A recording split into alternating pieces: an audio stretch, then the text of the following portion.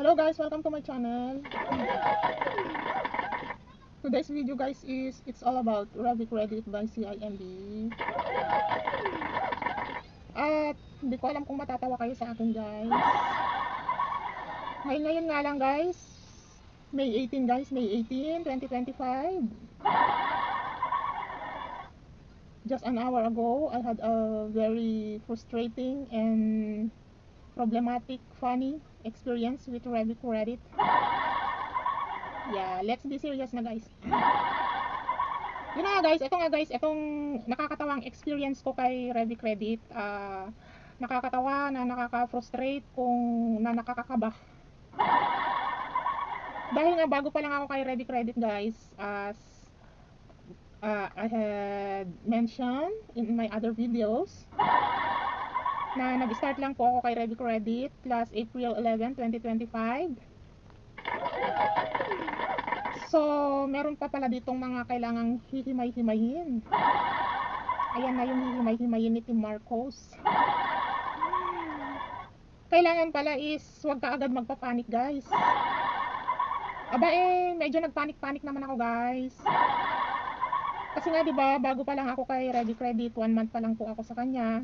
And yung first bill ko po sa kanya is parang in advance payment ko po ng 9 days. Yes, 9 days guys. In advance ko po ng 9 days before my due date.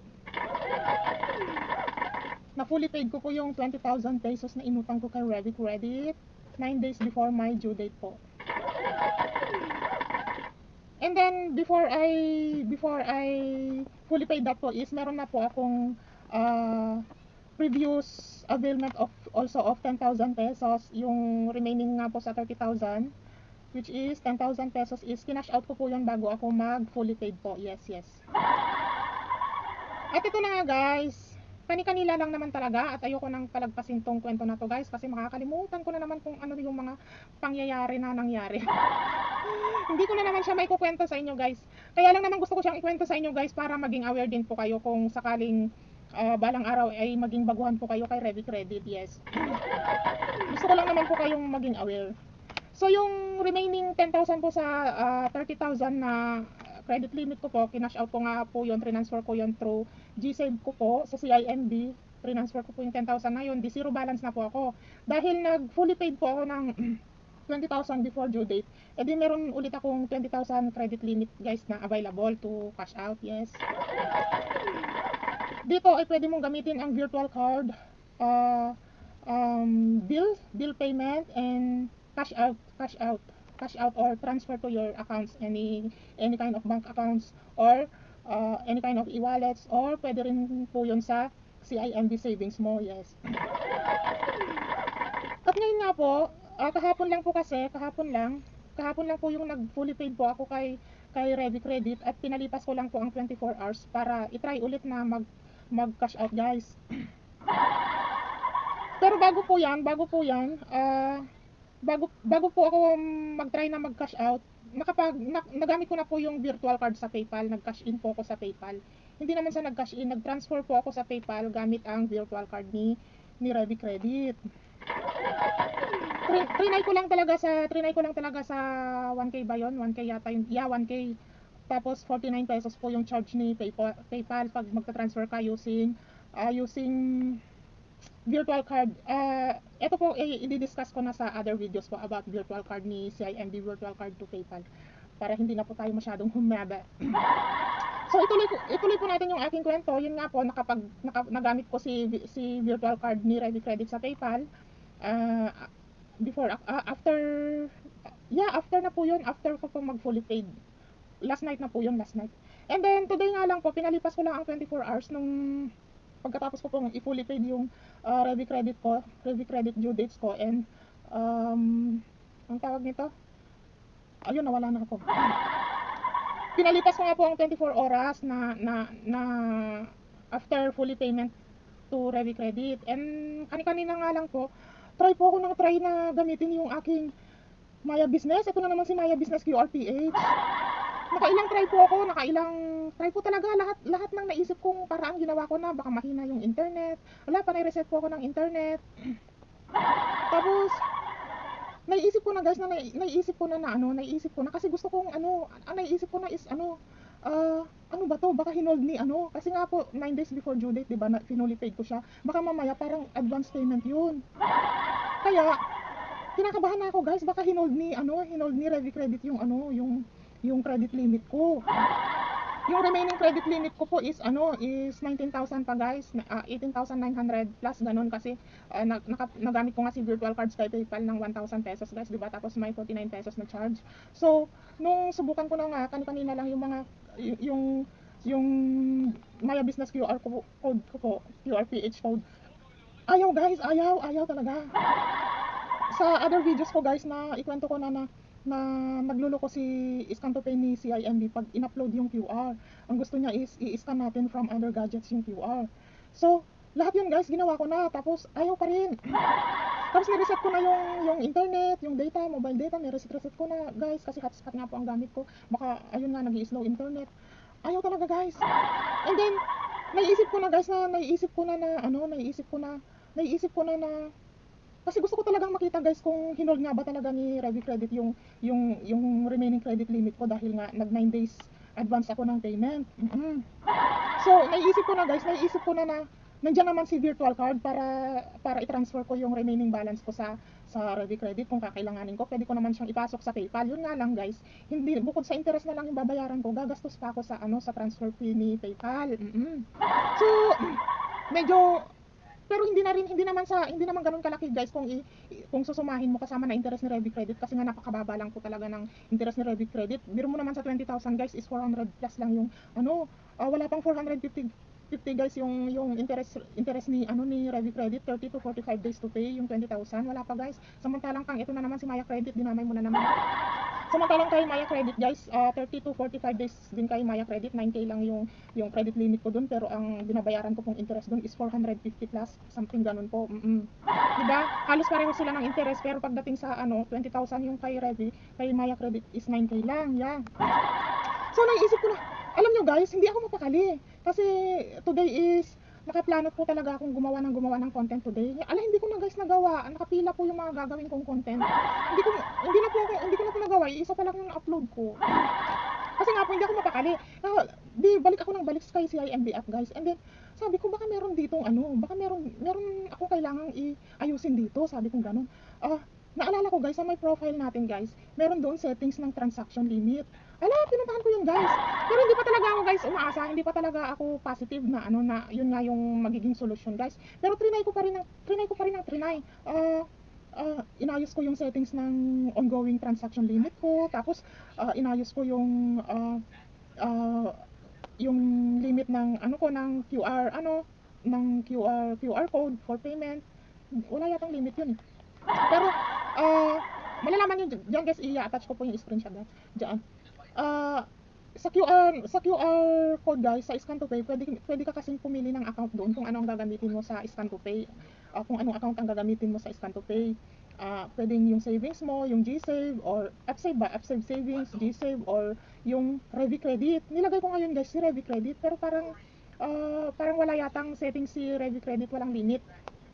Tingnan na lang natin guys ha. Tapos ipapakita ko na lang po sa inyo yung mga screenshot. Alam niyo na may memory gap po tayo. Ngayon, di inayos ko po yung mga transaction limit ko, ongoing, transfer to bank, yung limit to transfer to bank, limit sa QR Scan to Pay, QR code ba, limit sa tamad kasing yung tumingin sa tamad no? In short guys, inayos ko po yon yung settings ng transaction limit ko po, daily transaction limit, inayos ko po yun. And after that guys, eto na guys, sunod-sunod nang pumasok sa Maya Business ko yung mga in-scan ko guys. Oh my god. Ito nga guys, ang una kong transfer sa Scan QR PH ko kay Maya Business is 8,951. Hindi yan nag-successful guys, kahit wala rin siyang resibo kay CIMB. Sabi ni CIMB, unsuccessful transfer. Kaya akala ko talaga hinold yung Revi Credit limit ko guys. And then trinay ko ulit guys sa 4,951. Ayaw talaga guys. Wala talaga bang baka na-bad shot ako kay Revi Credit ano kaya yun? Isang buwan pa lang ako kay Revi Credit, bad shot na, sabi ko. Tapos trinay ko ulit sa 5,000 guys, 5,000 pesos. Kumbaga, iniba-iba ko ba yung amount, baka mag-successful. Ayan po guys, naputol dahil naubos na yung ating oras sa ano. Pagpatuloy po natin. Ayun nga guys, ang ano, lilinawin ko po parang nagkamali po ako ng pagkwento. Ang una ko pong attempt na transfer is, ito nga po kasi dahil may butal siya, 8,951. Yan po yung una kong transfer sa scan to pay from Revi Credit to Maya Business. May Maya Business QR nga po is 8,951. Kaya po yan may butal dahil nga po yung 49 pesos na charge kay PayPal, kaya may 51 pesos po siya dahil nag-transfer po ako kay PayPal ng 1,000, di ba? So ang nabawas po is 1,049. Kaya yung butal po, yun po yung una kong transfer. And then, sabi ni CIMB, unsuccessful daw. Kaya talaga namang kabakabado na ako guys, na baka bad shot na nga ako kay Ready Credit. And then, inulit ko guys, inulit ko sa 5,000. Baka ayaw, sabi ko baka sa 5,000 gumana siya.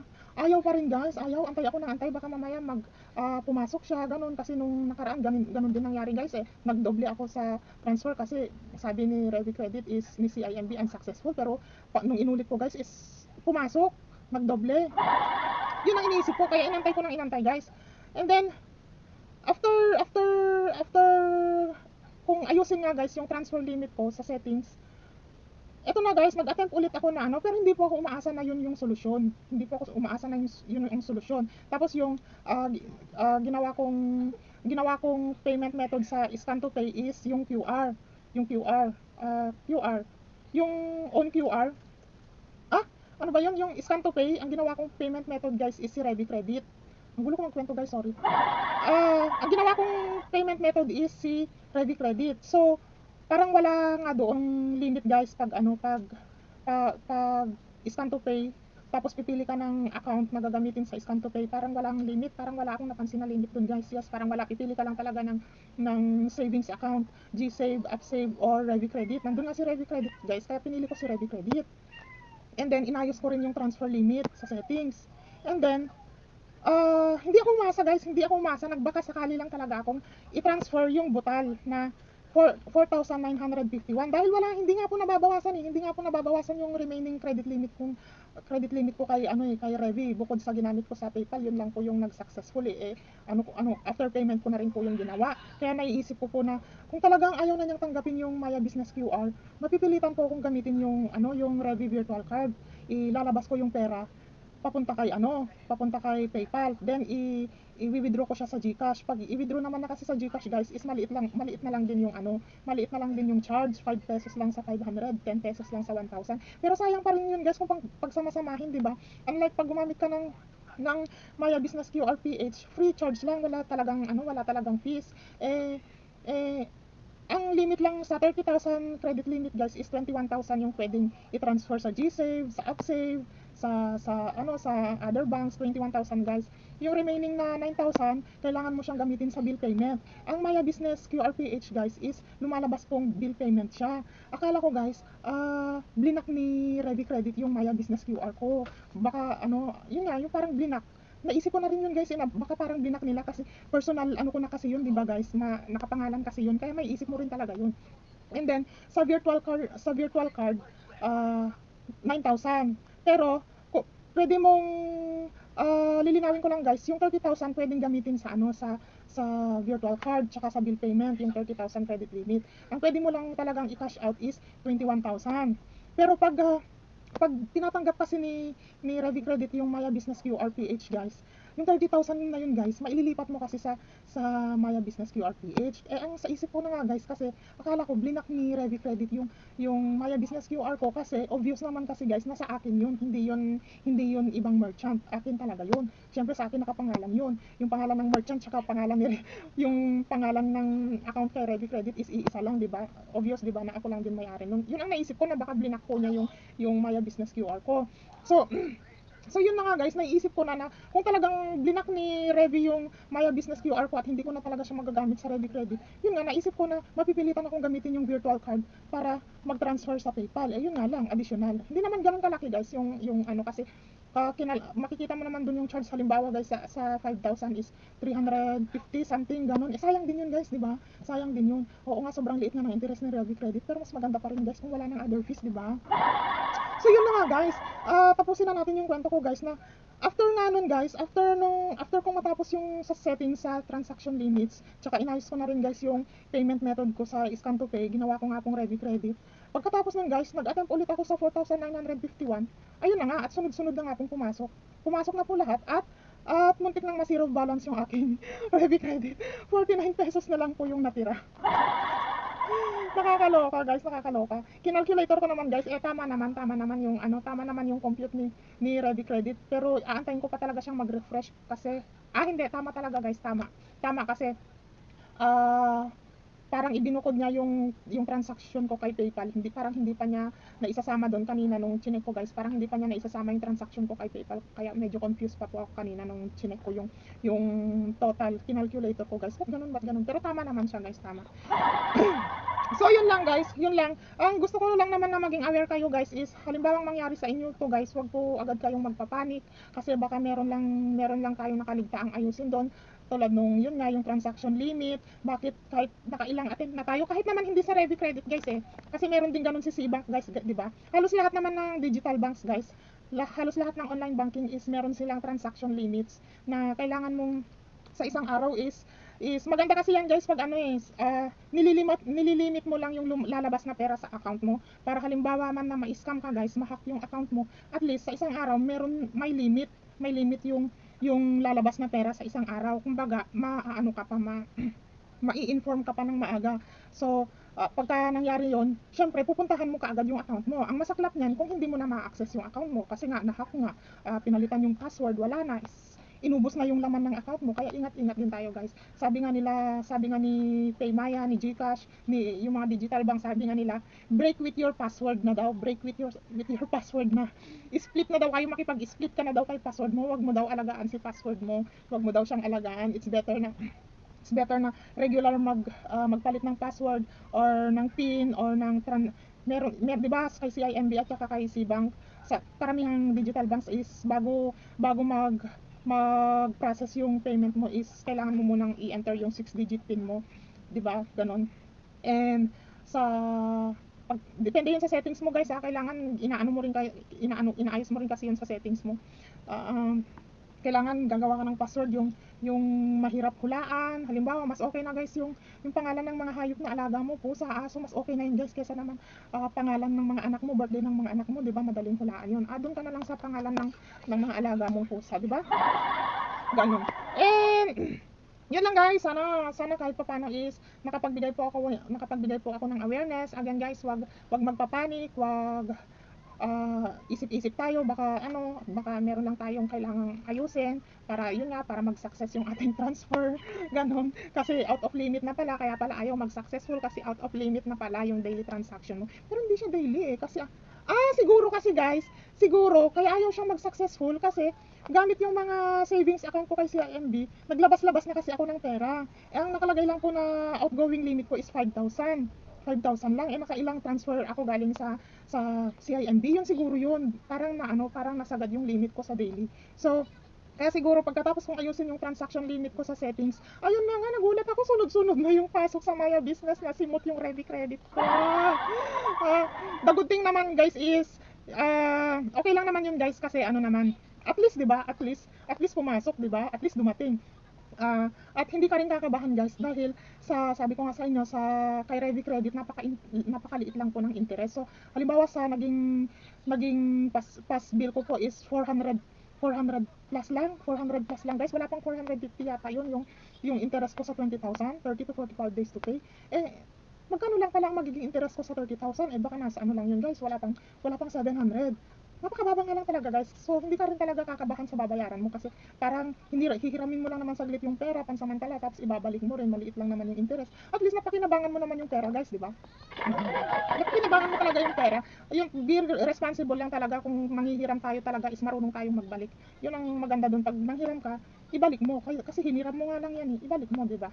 Yun lang guys, sana nakapagbigay ako ng kaunting kaalaman, kaunting awareness about Ready Credit sa mga darating na panahon na sa mga magiging baguhan pa lang kay Ready Credit. Hoping talaga ako guys na kayo, sa mga wala pa nito is magkaroon din kayo nito guys. Para magkaroon kayo ng ideas guys, paano ko nagkaroon ng Ready Credit, please visit the my Ready Credit Journey playlist. Thank you guys, thank you, take care, be vigilant, ingat-ingat, break with your password na guys.